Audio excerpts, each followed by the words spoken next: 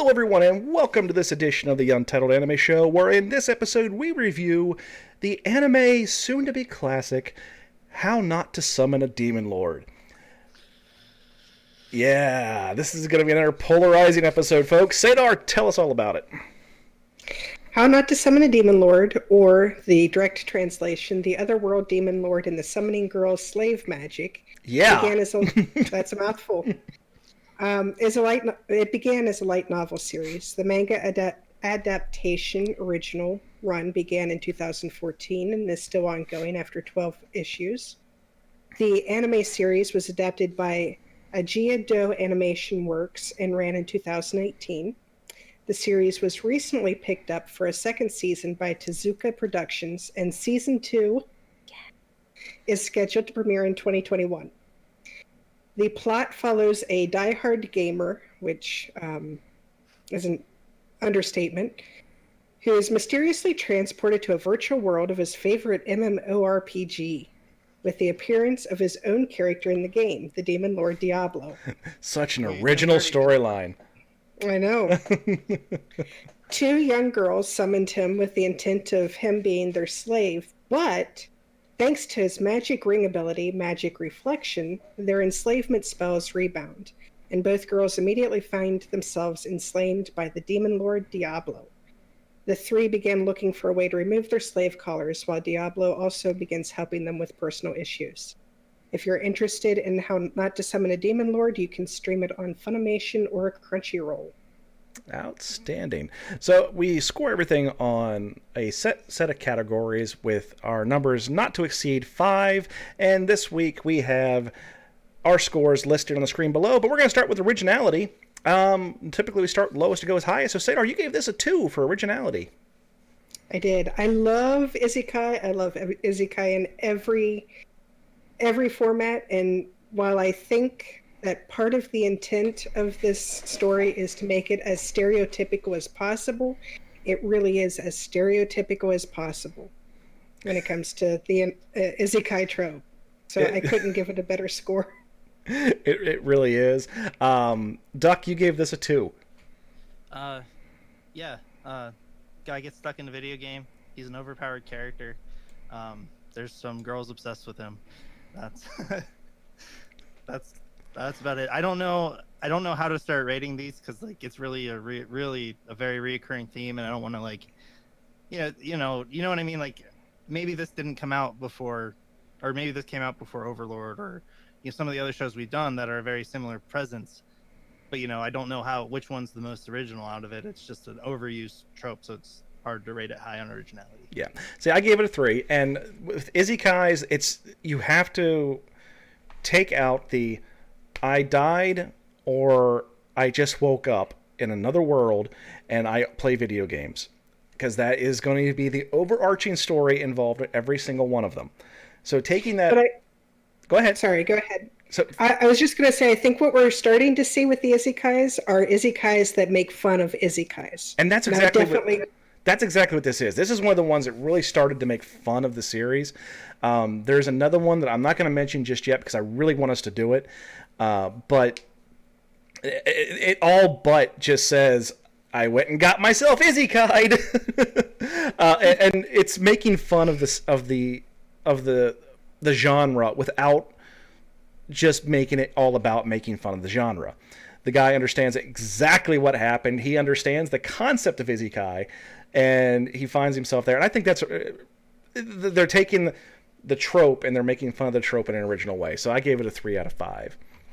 I did not score anything considering this like in the light of parody. Maybe it would have been a little bit higher if I did that, but just have that established with my scores here.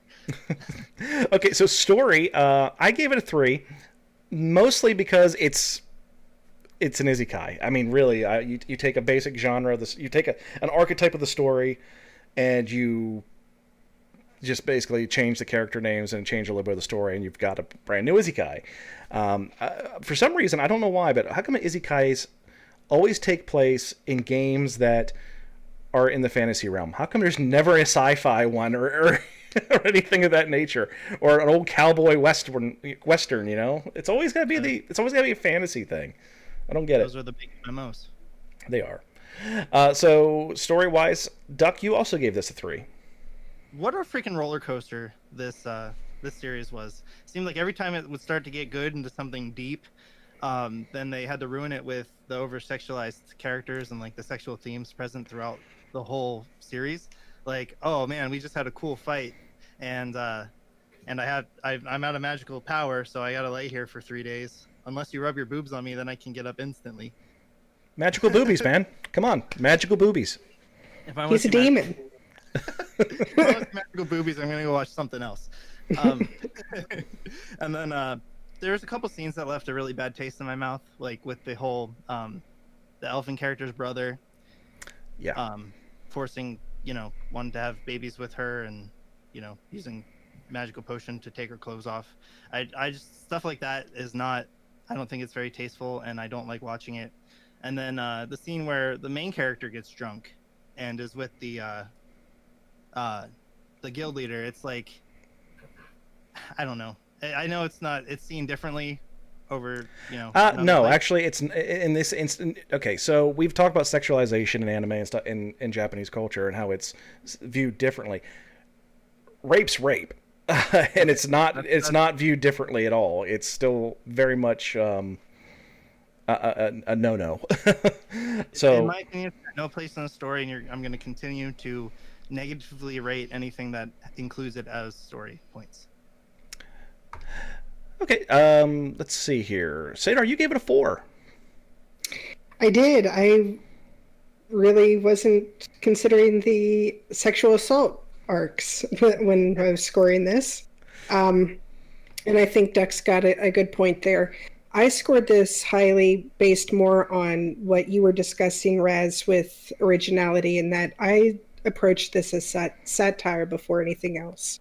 I think there were some places where they tried to develop more of a story than just straight satire, but for being a funny series, I thought that it hit the mark. Yeah, it was very much a comedy, and the one scene where the implied rape occur, the whole time the character's going, my knee, because he's touching her knee. Yeah.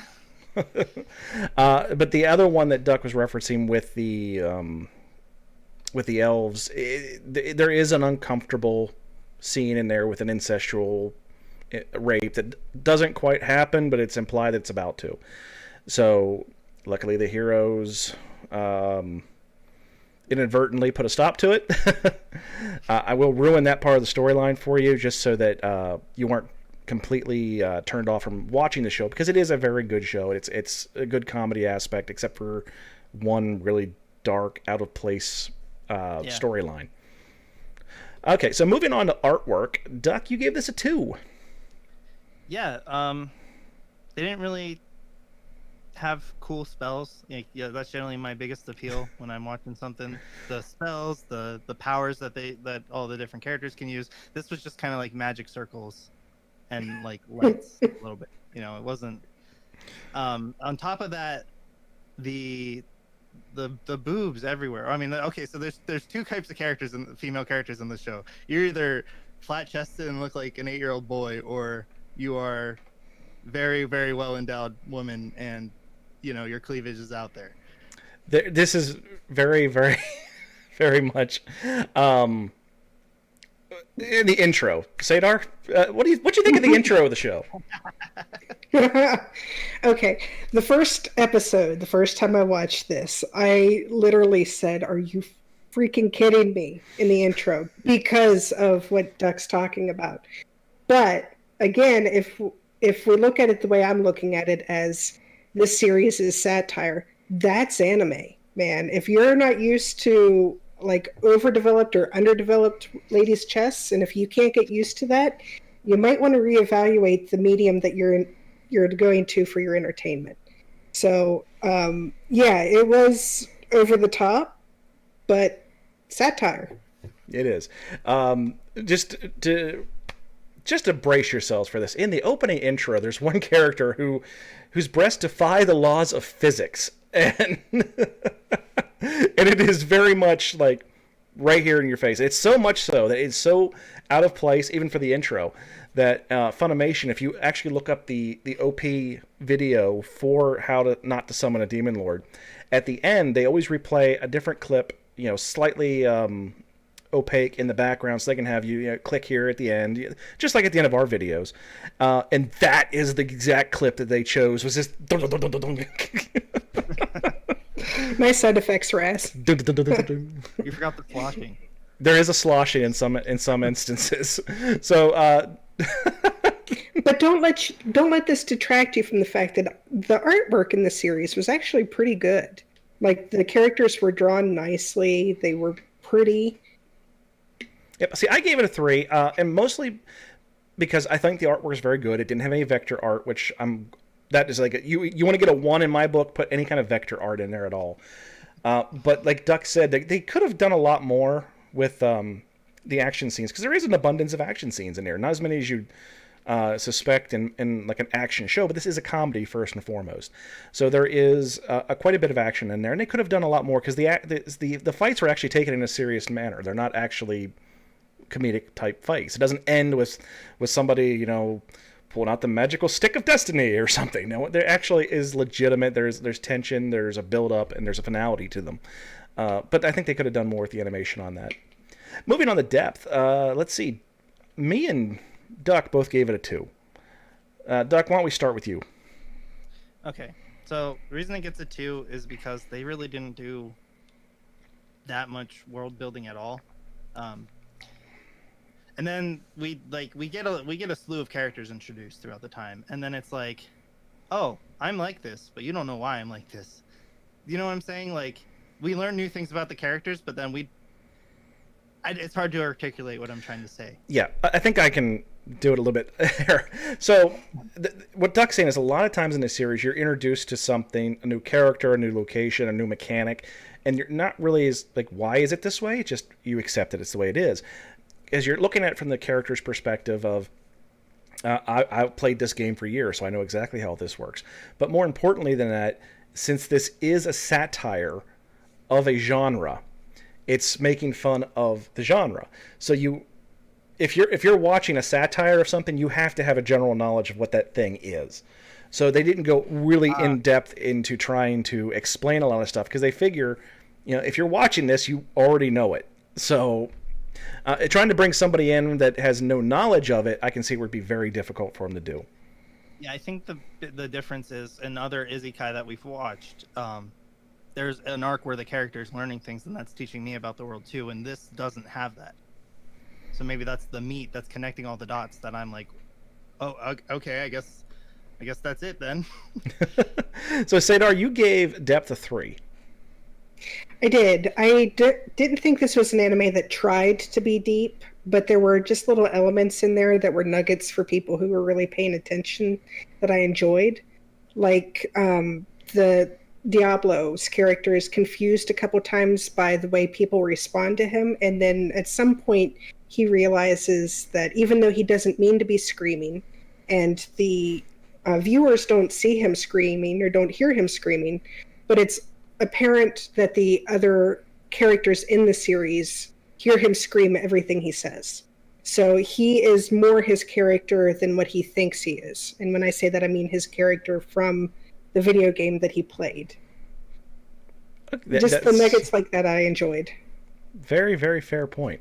So bingeability, Duck, you gave this a 1. Yeah, I was not considering the comedy or anything. I guess that's not really what I'm looking for in an anime. But I didn't. It felt like a worse version of some of the other shows we've watched. So it was like, I didn't really care much.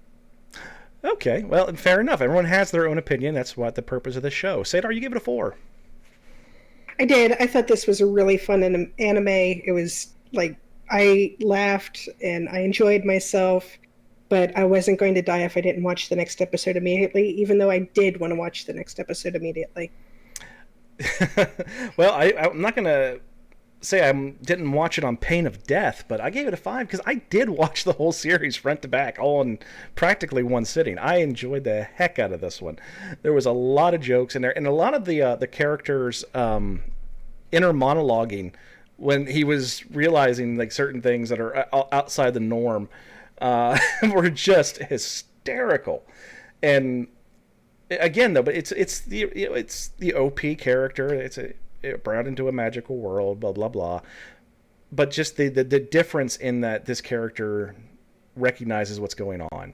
It's not like, this strange thing has happened. I shall learn about it as I go. Whereas this guy's like, well, don't know how it happened, but I got myself Izzy-Kai'd. And he knows exactly what he's doing. So I really had a good time with this one. As soon as they said there was a season 2, I was thrilled because I'm looking forward to it. Hopefully none of the actors change, because you can tell that the voice actors had a lot of fun with this one. Shout outs to the Trunks voice actor from Dragon Ball Z, who does the main character in this series. That dude does everything. Oh, okay. So taking our scores and coming up with our Metascore, we came up with a 2.8, which rounded up gives us 3 out of 5 sexy slave cat girls. So final thoughts, Duck. Do you take this and put it at the front of your queue and watch it immediately? Do you put it on your queue and watch it on a rainy day, or do you forget you ever heard of it entirely? I would probably forget you ever heard of it unless you want to watch a softcore porno or something. It's not that bad. Do not listen to him. Do not listen to him. There is much worse. There is much worse out there. Sadar? I would say put this in your queue, and after you've enjoyed a heavy diet of Izzy-Kai, go to this for a palate cleanser, because it's a lot of fun. I say watch this immediately, because it is a fun, just good time. It's not something you're going to have to try to get invested into. It's not something you have to have a lot of knowledge about. You can just go in there and enjoy the jokes, enjoy the comedy, and enjoy the jiggly bits every once in a while, because they're there every once in a while. Don't listen. Don't listen to the prude. Do not listen to the prude, because he's a prude. Comment down below if you think half is boobs jiggling.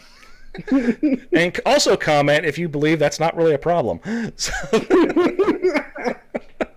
So don't forget to subscribe, like this video, give it a thumbs up, click that notification bell, leave a comment down below what you thought, and we'll look forward to seeing each and every one of you back for another exciting edition of the Untitled Anime Show.